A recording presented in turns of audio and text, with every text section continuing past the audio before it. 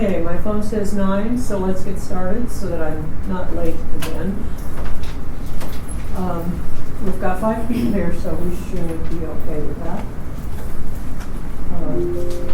Approve the minutes from February 11th. I need a motion to approve. Glenn? Second, Jenna. All in favor? Opposed? Okay, minutes pass. Public invited to be heard.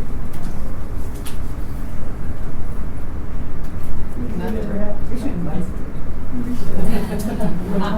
We're actually going to put the next meeting in the newsletter for LHA residents. Good. It would be nice to get, maybe have You say somebody. that. Yeah.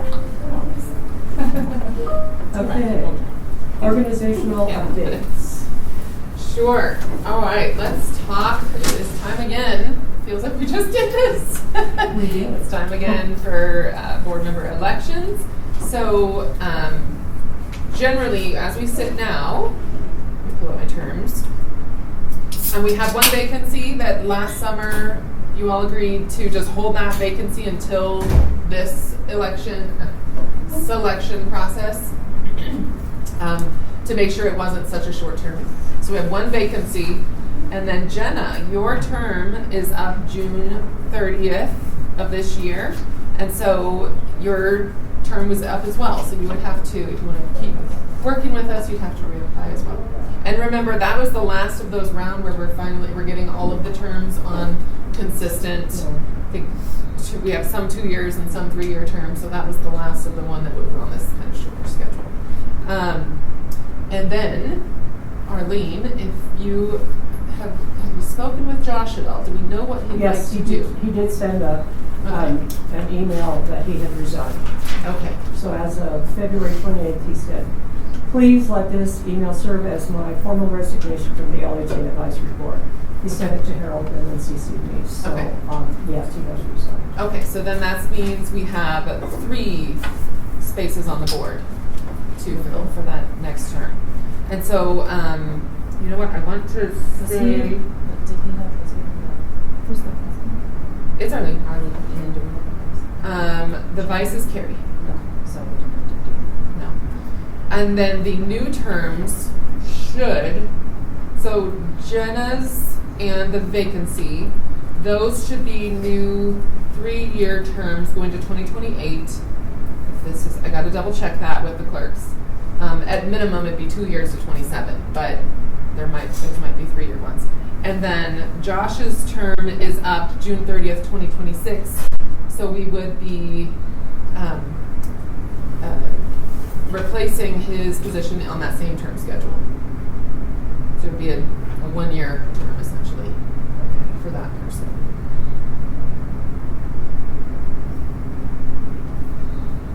Okay. So that the application period is open. It closes at 5 p.m. on April 18th. The link is available on the LHA website in the announcement section. Is there anything else we need to chat on about this? As we've done in the past, the process would be after, at some point in May, most likely, we would be doing the board interviews, and then council makes the selections. Probably in the June, because the terms would all start July 1st. Council meaning the LHA Board of Commissioners. Well, that's too bad. I'm sorry to see Josh, but I'm happy it's for a happy reason. He's got a new role and it's too busy. Yeah. Okay? Okay. All right. Development and project updates. I think I can keep this pretty brief. We're in construction on Ascent, and if you've driven by lately, we are fully vertical, which is really exciting to see. We're hoping to, I'd like to do a walkthrough. I mean, it's just framing right now, but pretty soon we're talking about trying to get on site and do a walkthrough. So once we have something formal like that set up, we'll let our board members know if they'd like to join, but it's not going to be much to see yet. It's more just I'm imagining walls, but we do hope to do that soon. And then really, it is March, but we are still working on making sure that everything with Village on Main is all wrapped up with a bow. That is still just in the last bits of that process. And then we are looking to what is coming up. So we've been playing around with a couple things. We have a draft RFP that's almost ready to go out to get a finance consultant for the Harston Lodge 202 project, which would be essentially a new financing setup and paired with a rehab of a TBD size. And then we're looking at a couple of opportunities out there as well. We have land banked, and currently that's at the former Royal Mulvey Home Park. We're talking with the city's teams working on everything regarding First and Main Transit Station to see how that all fits together. And then we'll have to see how that all plays out. But there's some options there for what to do. But also, if the First and Main Transit Station has needs, they're looking at the development area as a whole, and there's a chance they need access to this parcel to help make that work. We've got some other land that the city owns that we're looking at if it might be advantageous to swap. It's all kind of up in the air right now, but we're figuring out what to do as our next development. Our goal is still, we need another project to hit in about 2028, just on our financing projections to make sure we got development fee coming in on a consistent basis. So I'll leave it there unless there's any specific questions. I have a question. So as far as the set goes, do you know if they have secured all the materials that are necessary to finish that project? Or do you think we're looking at potential shortages or? We have not heard about potential shortages. They do lock in a lot of their pricing in advance when they're signing the contract, which was last fall. And we have not heard that they've had any challenges with suppliers or anything like that so far. Have you heard anything more? There's a meeting happening now, so I can follow Katie. Yeah. Let me see. I just want to say I've had a double book meeting, so you're in capable hands with this team. So we'll see y'all next month. Thanks. Okay. Do you have other questions as well, Arlene? No, I think that was it. Okay, input to the Board of Commissioners. So the first thing I want to mention is the HCV admin plan is one of the major items on the agenda for next Tuesday, but we already briefed everyone here on that last month because we ended up, it was going to go in February, we ended up extending the public review. So we've already talked to you all about that, so when you see that on the agenda. However, the first thing that I do want to give an update on that we will be notifying the board about is the Aspen Meadows flooring.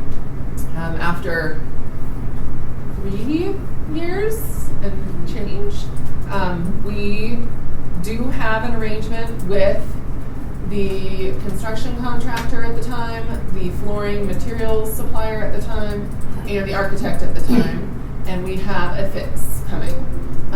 We're still in progress of signing off on our agreement, everything that we've been negotiating the past several years. But it's happening, and it's starting on Monday. So we met with residents yesterday. We're doing another engagement session with them on Friday to inform them what the process is going to be. But we are getting the flooring fixed and or replaced, it depends on what area, at no cost to LHA. The only thing that we're going to throw in is we're going to buy boxes for residents to be able to pack up some of their more loose items that would get moved around. So the residents were they were super happy yesterday for the most part. And 40 people came. Yeah, 40 out of the 50 tenants there. We have some follow-up questions. They brought up some good points, and so we got some follow-up questions for the construction team. But in general, in certain areas, the flooring is going to be pulled up, and any non-damaged material we're going to reapply in the correct fashion, in a glue-down fashion. We won't be able to do that through the whole building because there's some areas that will damage and some areas might get damaged when they pull it up.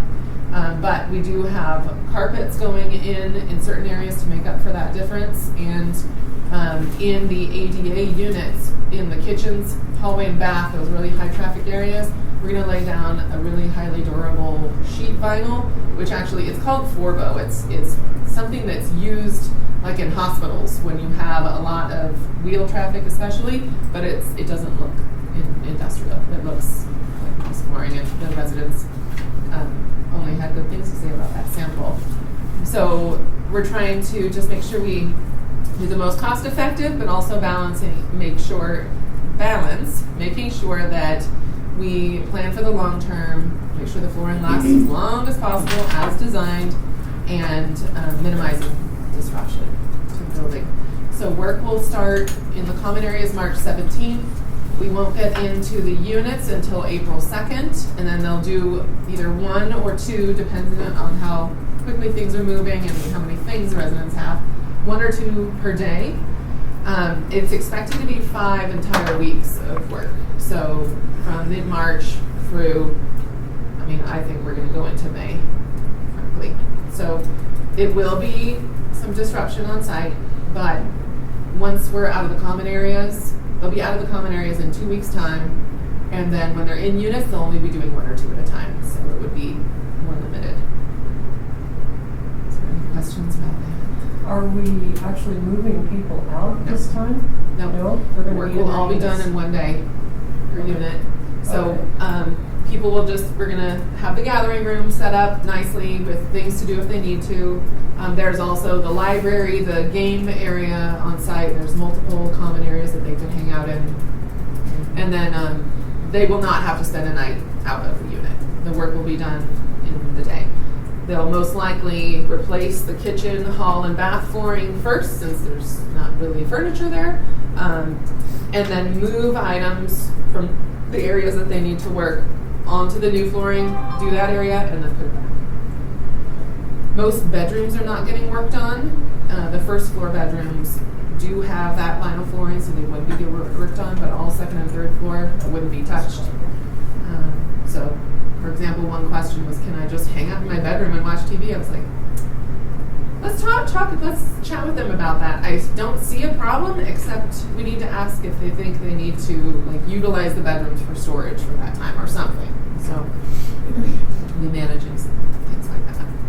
But finally, got that sorted. It took a very long time, but I think it ended up getting what we wanted. So. What was the issue with flooring? So it's laminate vinyl tile, LVT. It's wood plank look flooring. It was a value engineered item. This was when before the project, all those design decisions were made before the city and the LHA started partnering. So we came in right when we were starting construction. But the flooring was installed with a sound mat underneath, which is something that the flooring suppliers in that time period were recommending and testing out and selling, basically. And the architect went with that recommendation, but turns out that was it's called a floating floor because it's not glued down, and these planks click together.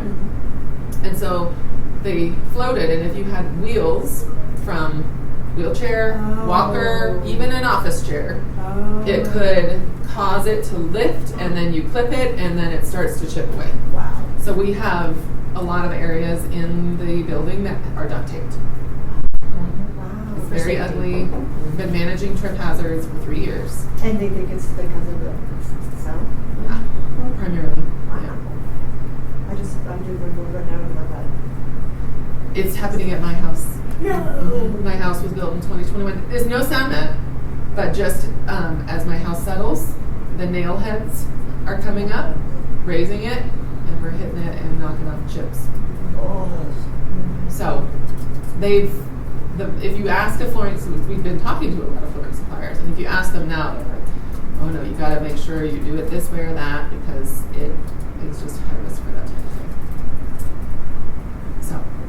I was thinking maybe it was water tanks. No. Well, it was really pretty soon after they all moved into it that started acting. Yeah. Yeah. It was within the warranty period. Mhm. So just the short story of why it took this long. We made the claim within the warranty period, but the flooring supplier pulled up the specs of the flooring, so this is by the actual manufacturer from China, and it says at the very bottom in teeny tiny print, not for wheel bearing loads. And you're like, I feel like if I had seen that, I would think that's like heavy wheel, like commercial, but it was any wheel. So at first, our claim got denied. We're like, well, it's lasted less than a year. What are we supposed to do? And so that's when we started seeking out insurance, we spoke to a construction defect lawyer to see what the best course of action was. But luckily, all three of those parties were willing to participate to keep it out of insurance and legal. And so we're moving forward. So is LHA going to be responsible for any of the cost? No. We're buying boxes. They're also responsible. There's a new 1-year warranty period on the whatever they do, and they're responsible for any lost or damaged items during moving. Okay. So. Okay, that's encouraging. They were generally, it was a good. I know it was slow, but it was generally a good team to work with. Originally, we were going to supply our maintenance staff just as an in-kind contribution of staff time, but then our maintenance team got we lost a couple, so we were in over our heads, and I said we can't commit it anymore. So I looked out and got move costs, because you'd have two people working for 5 straight weeks. The range was $25,000 to $38,000, and I told them we don't have this, and they offered to use their crews to do the work. So it was generally a very amenable process overall. Okay, any questions on that? No, but I think they're excited about how something's actually going to be done. Yes. They've been extremely patient. As long as there is duct tape, really. Yeah. Okay, residential quality of life. I think you're missing 6B, Bernie. Oh, sorry. I thought that said, I thought it was the vouchers. Never mind. So we just want to talk about this kind of broadly and generally, because everyone is hearing a lot of things, and nothing is quite certain at this point what's going on. What we have been doing, so things we've heard. First, we might have spoken about this briefly already because it happened in January. The federal funding freeze that lasted less than a day disrupted everybody that does jobs similar to ours for a whole day of lost productivity. But that is kind of that's where we're operating in, where there's word coming out, scares people, and then we're like, well, we need clarification. We're trying to ask our HUD reps questions. We hear some of them tell us, just be prepared. Some of them say, I don't know anything yet. It's a lot of uncertainty out there. What we do know that is when that January pause on federal funding came out, excluded was rental assistance and things like direct payments to people. So we had, that seemed clear enough, but then our HUD rep also said, just don't do anything until you hear from us. So it seemed like things like voucher programs that provide direct assistance to people were going to be less impacted, but honestly, we aren't holding our breath. I should say we are holding our breath. We're not counting on anything at this point. What we are doing is just running numbers on our voucher program for the next 2 years to just know what kind of, how open are we to a hit, and what would happen if we took a hit of X size, and making sure that we are engaging with our HUD reps, engaging with our congressional reps, telling them what the hits could look like if a number of things happened, and coming up with okay, if things go badly, here's the range of options we could do. We haven't implemented anything yet, but just want to let everyone know that I assume it's on people's mind, like what is going to happen. The answer is we don't know, but we're trying to prepare the best we can for a range of options. How many head reps do we have, or that we work with directly? I feel like we've talked to like 5, all of which are now gone. Because one goes, Oh. and they give us a new backup, and then that person's gone, and then they give us a new backup, and then that person leaves. I mean, they're down. I don't even know who works there now. So it should We be, have like one person. but we should be just like talking mostly to one person. Ideally. Mostly to one person on like our voucher I was side. like, Longmont's We had not that big. no Like, one how many person people on do we our do? like our CDBG home funding side that she was wonderful and she's gone. We don't even know who her replacement is at this point. And then on the voucher side, we've been popped around, what, 4 times? We have a meeting, we have 2 meetings in April. One with the shortfall team, because that's something we've been discussing is what's coming, what it looks like. That's what we use the 2-year tool to forecast if there's going to be a shortfall or a deficit in our funding. We have a meeting with that person early April, and then we also have a meeting with our new HUD portfolio manager. The one that we were working with retired. I'm assuming he took the early buyout. Mm-hmm. So we'll be meeting that new HUD rep in April as well.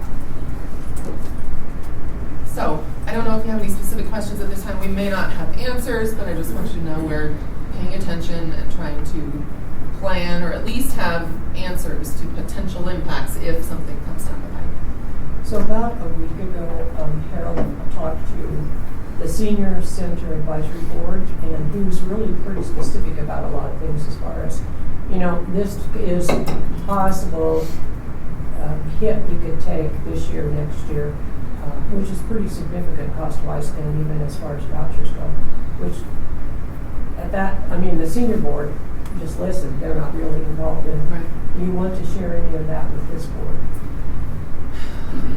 I think at this point it's so high level And speculative. and speculative. We don't know any of it. We're just trying to prepare for the worst. And we're just running our 2-year tool to be able to say, here, look, this is why we need shortfall funding, just like most communities out there we should be doing to prepare, but all of them, or at least many, will likely have a shortfall need as well. Some things that could change the picture. HUD is going to be, we're supposed to, release their income limits and everything that we do that trickles down to setting rents. That typically comes out about May each year. I don't know if that will be on time or not, but that will tell us what are they doing with the payment standards for the next year. So we want that information as well to play into our numbers and just see how it's all looking. But I'm afraid to put something out there that we don't know. We're just running projections to see if it's a little bit bad, here's this. If it's very bad, here's this. And what are our backup plans? So I'm just hesitant to put that out in the public when we don't know much yet. We'll probably know more at our next meeting. Hopefully. Well, hopefully they'll pass the budget, which has That would be ideal. full funding, but Yep, and so the continuing resolution that's on the table right now would hold funding levels until September. That would be helpful. That doesn't solve for 2026. We could still see big changes, but at least holding in 2025 would help us know what, at least in the short term, what do we do?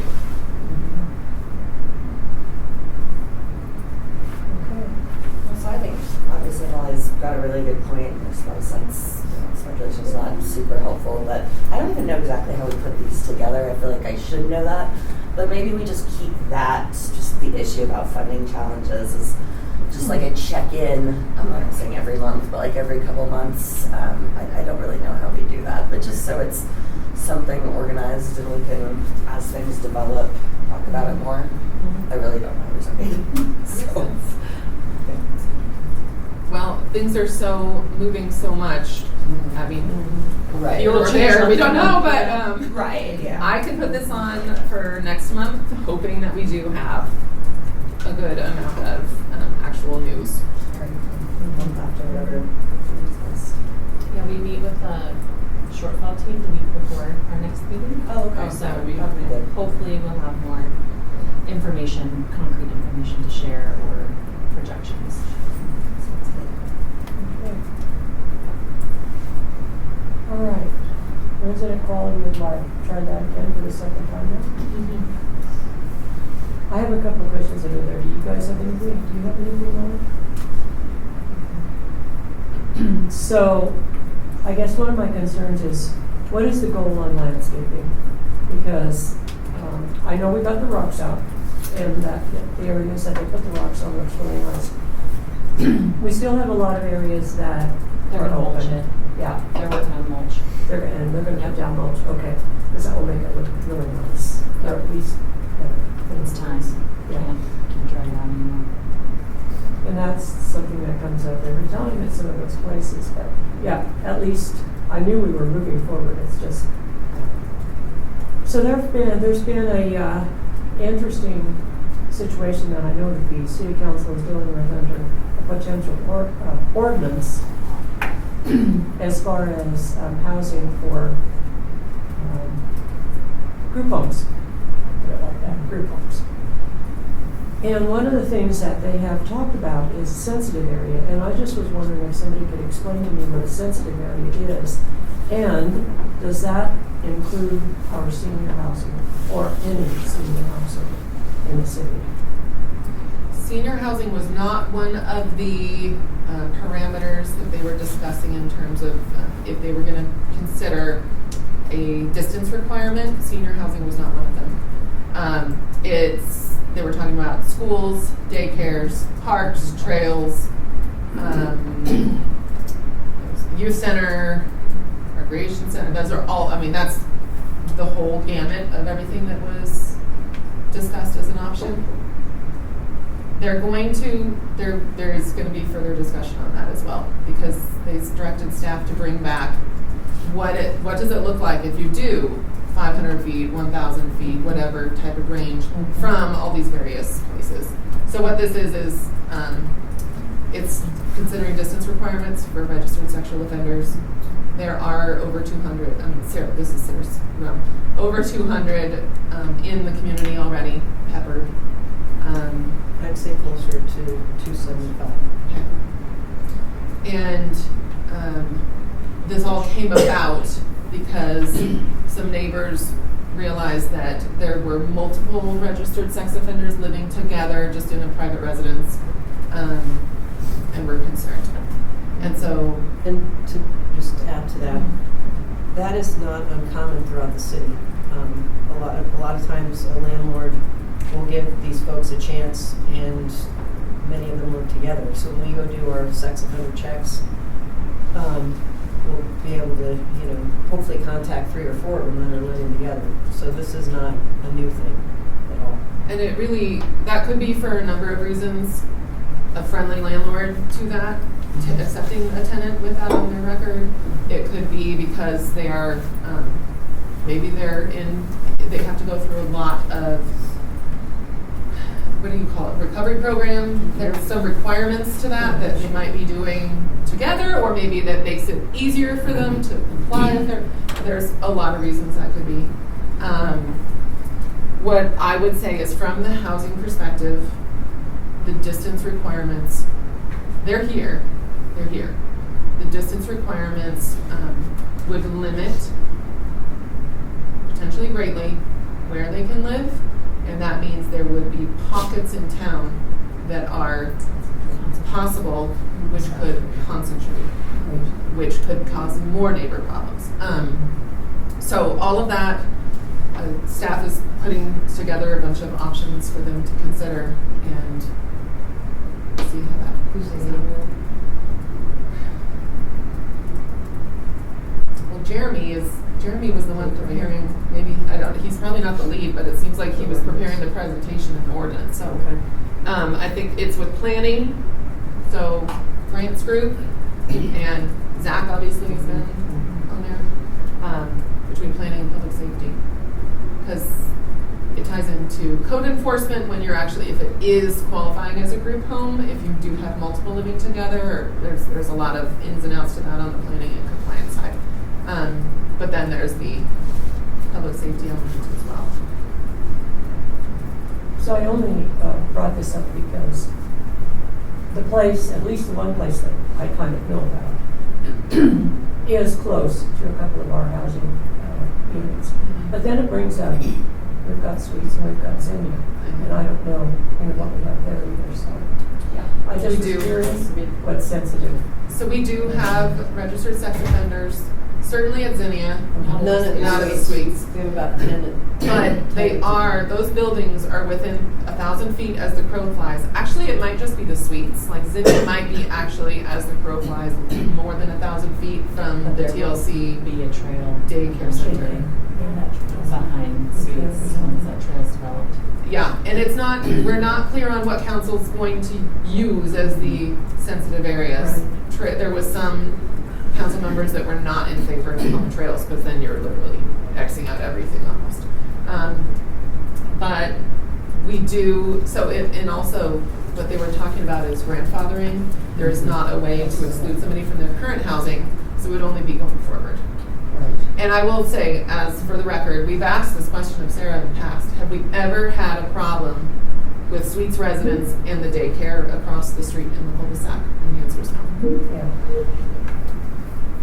So is there a difference between, I know there's a difference between a misdemeanor and a felony sex offender. Do we have that differentiation down at Zinnia? We have felony sex offenders there because there's actually, even within those, there's multiple layers. There's so many. I mean, it became really hard for us to even draw the line on Zinnia. Like, what is there's a sexually violent predator. There's the lifetime, which does that even, what is the lifetime list versus the myriad of felony and misdemeanor charges. What's unfortunate is a lot of these folks could get off the registry. They just have to go before a judge, and they just don't do it. Several of them. Oh, really? Yes. They put their time in, and they just don't go and clear the record. The ones at Zinnia that we are aware of, it is so just so you know, the tenant selection plan, which was largely guided by the state's voucher program, which is not the same as the suites, which is federal, we were able to get a automatic denial for any lifetime registered sex offenders, but they had the opportunity to appeal. And what Molly was referring to, this difficulty in understanding how they're registered and what their requirements are, came through in that appeals process, which Tracy sits on the appeals board. A lot of them are working on getting off the registry with their case managers, which will not limit their housing in the future should they leave Zinnia, which is a good thing.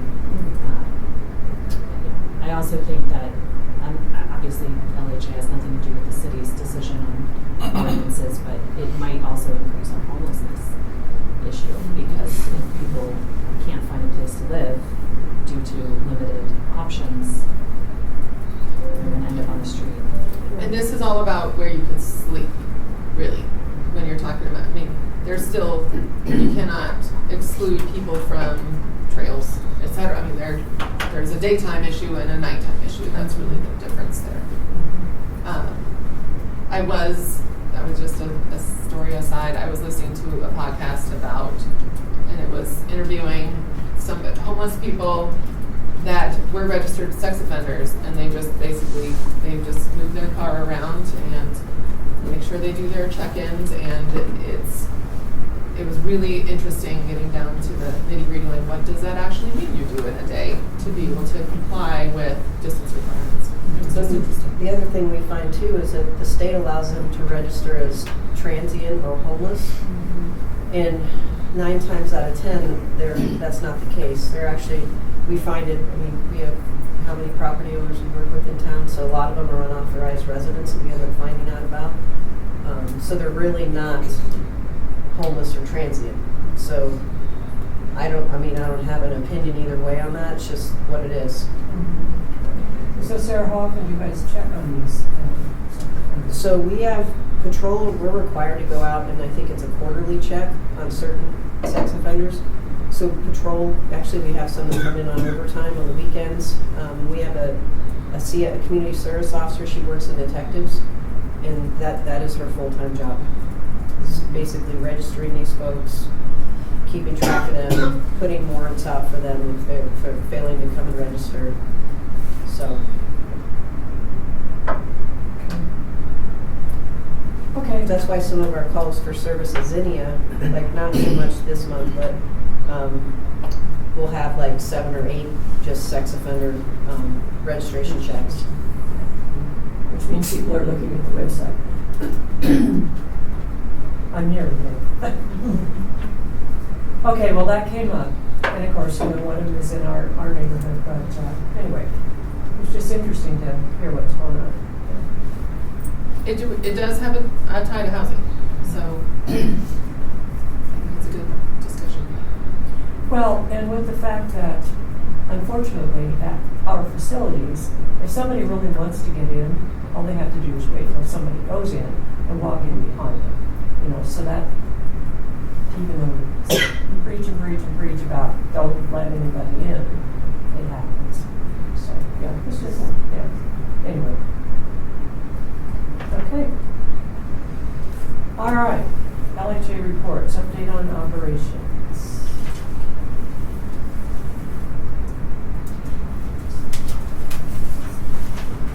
So we're still working on our vacancies, getting through wait lists. We're finding at some of the properties, a lot of people are over income when they're going through the qualification process. So trying to get through those as quickly as possible to get to those who will qualify. So we're working on those. If they're over income, what do? We just charge them more rent? No, they don't qualify if they're over income. So they have to leave. We basically do the process, determine their over income, and then deny them and move on to the next person on the list. So we're seeing a lot of that at Aspen Meadows neighborhood, Fall River and Spring Creek. It's just the same people moving out, passing away, high turnover. We're working on getting those done. We have some at the Lodge in Hearthstone. I do anticipate that those will fill quickly since we have a 2-year wait list for those properties. Village on Main, we don't have 5 vacants. 2. We have 2 because we had 2 project-based voucher units that we have transferred existing residents in through the RA process, and now that's created 2 vacants. On the tax credit side, those are 30% units. Those So are easy. I have a wait list. I'm going to start purging through that to get those good. And I'm going to also purge the Aspen Meadows when I have more. Those over yesterday. They're on your desk. Yep. We have our meth units, 7228 is under construction. They began work earlier in March, and we anticipate they'll be done in about 2 weeks. They've already got the drywall up. They're working on doing the seal in mud, and then they'll work on flooring and baseboards. Was that the flooded? It was the meth one that the pipe burst and flooded the unit below. The unit below is fixed. They completed that work. We got that covered by insurance. So that one's done. And then Fall River is, we had a cleaning, which I think, we not gotten all night? Yeah, we got Yeah, so that one is That done. one's good. We're renting that. No bad move-outs or evictions. We did have one at, we've had a few at Zinnia for non-payment rent that either they've stipulated or they were able to come without money. So, working with our new partners. There's a new program through Boulder County using some of the 1B tax money called the VAST, Voucher Assistance Program, which will cover all voucher holders in Boulder County. So we're seeing a lot of people run to that program to get some assistance for money. As far as other updates, we are happy that the landscaping is happening in Fall River Spring Creek. Mostly Spring Creek, and getting all of the rocks moved because that was, that's all completed. Just as a reminder, that was the rocks were purchased because we needed to spend the money. It was a good deal, but there was no plan for it. So fortunately, they sat for a long time. But we're finally done with that. We're going to be using the same landscape company that we used last year. We worked through a lot of issues with them, and we're going to give them a chance this year, see how it goes. It's not always advantageous to switch companies year to year because you have to relearn all the properties and get into a flow, and this company is promising that we won't have the same issues we had last year, mostly with communication and getting stuff done. So there was some other stuff that affected them that wasn't necessarily their fault too. So working on that. Property updates for staffing. We are down 2 community managers and an assistant.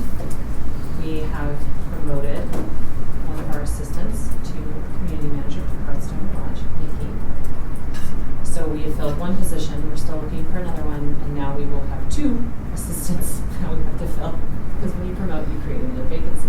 So we're working through that process. We've been having interviews. We've got more scheduled. We have an interview tomorrow at 3 and then 2 on Friday. So we're working through that process. I think we're seeing some difficulty in hiring due to just the way things are, economics, but also I think people are a little leery about working for local, state, and federal government because of what's going on. They assume that maybe these positions won't be funded long term because they don't understand that those positions are funded through the property and they're going to exist regardless of what happens at the federal level. So we're trying to reach out to our contacts and get people in the housing industry who are aware, understand to apply. We're trying. We just want to make the right choices, not just warm bodies in a position. And our salaries are competitive, right? I think so. I think our salaries are competitive. Really, our benefits are where the interest is at, because working for private property management, we can attest to this. It's not the same. It's better here, but We did re-benchmark all of the positions in 2024 to make sure that they were in line with market. So just last year, okay. So you're going to be replacing somebody at Village, or just moving somebody around? Maybe? we're still working We're still, through. yeah, actually trying to figure that out. Yeah. Depends on what skills we see in the people that we're interviewing. Those people down there are fairly common. I don't think Village is the problem. No. That's because you're down there, right? Sure. Sure. They're pretty common down there. Yeah.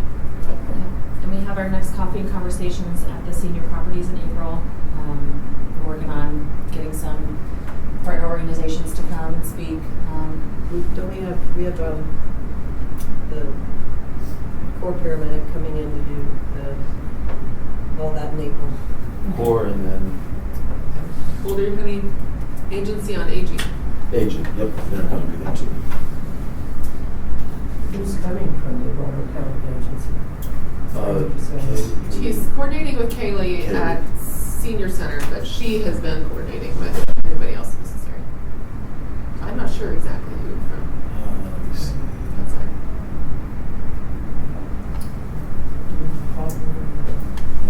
It's fixed.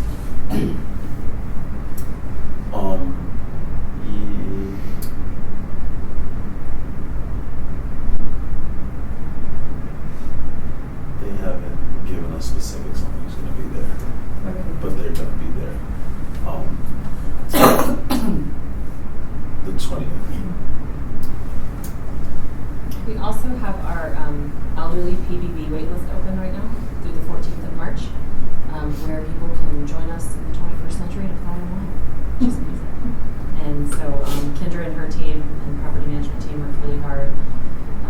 Tracy's team on getting everything loaded into Yardi and ready, troubleshooting. You guys have been in trainings for months leading up to this.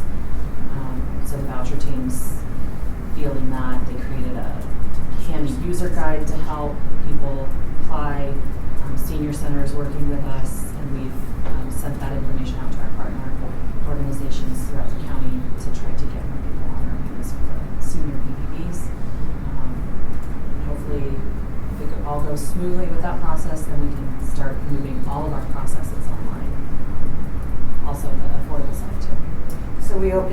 yesterday and had no questions. That's exciting. Yeah, Aquila had, one of the HCV staff members had created a procedure that they could go to and get help, and apparently it's a step-by-step screenshots. And so we didn't have one person call. In fact, what we did is we sent that form for the step-by-step process to all of the agencies that we normally contact. So they've got it to help their clients. So It's a far, big so moment good. for LHA. Yeah. Yes. So the next step would be, we'll be getting all of our recertifications online. So, Which will cut down on traffic to the window and appointments necessary. yeah, the landlord portal is up and has been up. But the recertification is gonna be a big thing too. But we're ready to do that. Do you know how many people have applied for the witness already, just since yesterday? Well, when I talked to them yesterday around noon, there was 26. Wow. And how many vouchers have we got open? This is for project-based vouchers. Yeah. We have, I think, one at Fall River. I think we've got them all filled. We had deleted, or we had done an update on the waiting list, and I think only 4 people had contacted us back that they were still interested, and that's what prompted us to open it up again. We also ran out of applicants for 2 bedrooms for the elderly. We'll probably do the suites next. We'll do a purge. That's 2 years old, that waiting list. So we'll do a purge on that and probably open that. And get all of them on the list. Okay.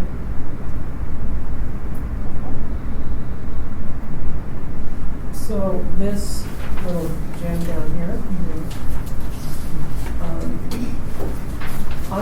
my question is, I know it says current period days vacant. Do any of these go back into 2024? No. So all these are really right on, nothing's backward. Okay. In terms of the dollar value, right? Because like the first one says 293 days vacant, so that in time is going back, but the dollar value is only current period. Is that right? I think so. I mean, Kendra's out today, but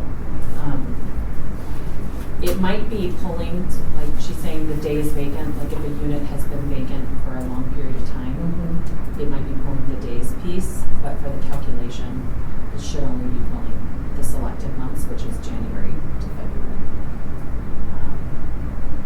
We do have a lot of vacants that we're still trying to fill.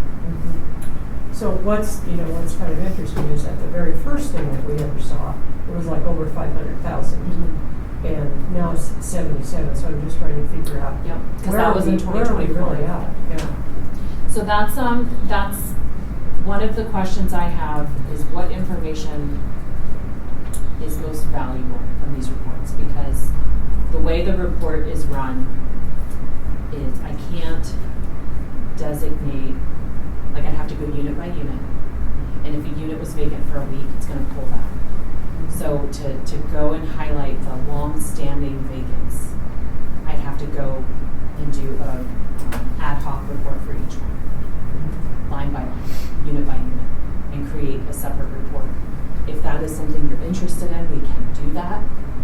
But if we just run the report as is in Yardi, it's going to pull all vacants, even if it's just vacant between 2 people for a couple weeks, it's going to incorporate that. That information is useful too, because that speaks to how quickly we're doing our unit turns. How long is a unit down between residents? I think what we can probably do is run that full report. We know which units are long-standing vacants based on the data we have, and then we can just highlight those separately. Is that something you guys would like to see at the next meeting? Instead of this is very high level. We can get more granular line by line. Well, if you're saying that the days are actually going back to 2024. I guess it's the loss that I'm looking at, the budget one, that's a significant difference between 500,000. So I guess I'd like that particular thing to be a little bit more accurate. Well, yeah, this is two months worth of Right. vacancy loss. Yeah, and if we've got some that still are running from last year, then that's not included in this. Right. Yeah. Because this is just going by what the dates are, the parameters we put in. Mhm. We could probably add last year's from the time it started to calculate that full cost over the 2 fiscal years. Because that gives us an idea of what we're actually looking at as a loss, because, yeah, not that we can do anything about it, but at least it's telling us a little bit more accurately what we're looking at. Would anybody else want to say anything about that? Well, What about yeah. those backup pages? Was that useful?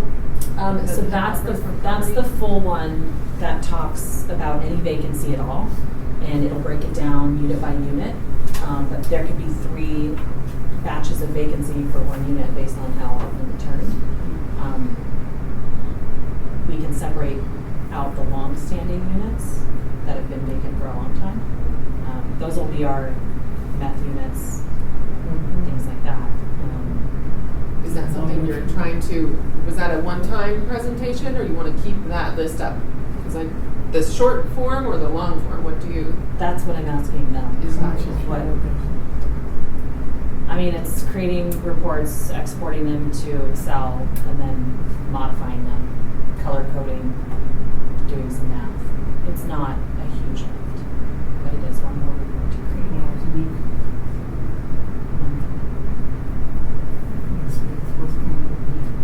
Okay. Yeah, we can do that. And I might be able to work with Kendra on creating a, what's the word I want to use? Not a unique report, but you know what? Custom, thank you. Mom brain. Custom report. We might be able to create one in Yardi that we set the parameters. I know I can able to do that in other software, so. She can create that. Because we might be able to do that, have the 2 separate. And it would just automatically update, yeah. Yes. I think that would be helpful. We'll work on that. We'll see if we can have that ready to go by the next.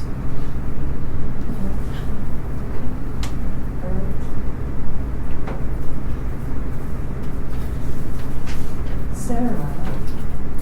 All right, so I'm not gonna go property by property because almost every property had 2 calls or less, except the Suites only had 6 calls, 1 welfare check. And Zinnia had 24 calls and 7 welfare checks. So that's called for service update. Our assistant chief fire marshal came into Village on Main last week and went to their community meeting and answered there's a lot of confusion there with the doors. And she actually took a few residents and showed them that, because they were in fear they're going to be locked out, but she had to explain. The push bars are always if you're going in the wrong direction, you're not going to see a push bar, right? So you need to go the other direction toward the exit sign. So I think she was able to clear up some confusion there. And there were questions that went into the weeds as far as where are we going to go to the bathroom if we get evacuated. So she had some challenging questions to answer, but she did a good job. And she brought some swag. And by the way, did Lonnie bring any of that extra stuff down to the office? I don't know, but Lonnie did say she wanted to speak with me. That's probably it. She had probably leftover fire stuff, and I'm just going to go That's from probably, you. she says it's not urgent, but that's Yeah. probably what it is. And then the meth addendum is still in progress. A lot of that's been put on the back burner because of LHA staffing priorities and then Temple needing to get back to us. So other than that, I don't have much. So I guess the thing that always comes up is cameras. I have some great bad news. So the last update I gave you were on, we were thought to believe that they were our cameras that were being shipped. And they were not our cameras being shipped, they were the rest of the city's cameras being shipped. So ours are being provisioned now. Molly and I need to contact Eberron and just reevaluate, but this is good timing, I think, on Molly's part. I'm speaking for you, but the contracts and all the things that she has to do, I think timing-wise, it gives her a little bit extra, a buffer. So, but I can tell you, we definitely need to get moving as soon as they get in, and I think timing-wise, Vol will be done, the people that install the cameras, they'll be done with the city cameras, and so they'll be ready to move right into what we need. So we ordered them at the end of December, and it took, for the provisioning of 30 city cameras, it took until now. And they ordered at the end of December as well. Yes, and we are ordering hundreds of cameras. So I don't know if we should expect a longer time frame or not based on that. I don't know. But it will make all the paperwork is going to be easier because now I'm well ahead of their schedule instead of having to kind of split it up and do pieces at a time. So they're still coming. Do we have a priority list, or could we even get them in chunks? Or are you saying like it's what you're doing If we now is got like, them in chunks, we here's would, our we would order? install them in chunks. We would Okay. probably do the suites first and then keep going down the line. I will say, in this time also, while we were waiting, the funding became available on the city side to complete also Briarwood and the commercial building in the front. And we do have cameras at AMSA that we installed in 2020 with the rehab project, but they are not compatible with the new system. So funding became available. We're going to go ahead and swap those cameras out so that they can all be on the same system. So now every property will be covered. So there's some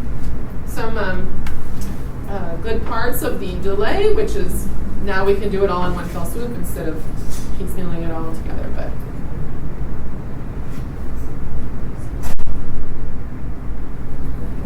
Village is up and running. Village's cameras are up and running. If you want a demo, I can show you. But Can you show it up there? No. I can show you here before you leave. Okay. Due to access, Arlene, it's just it's I all just like web-based, the but I goodness. don't want to put that on here.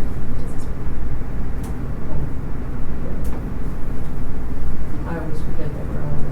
Yeah. Okay, so Molly, are you doing, or Lauren, or whoever's doing the update for the executive director? Don't have one today. There's not one. All right. Everything's perfect.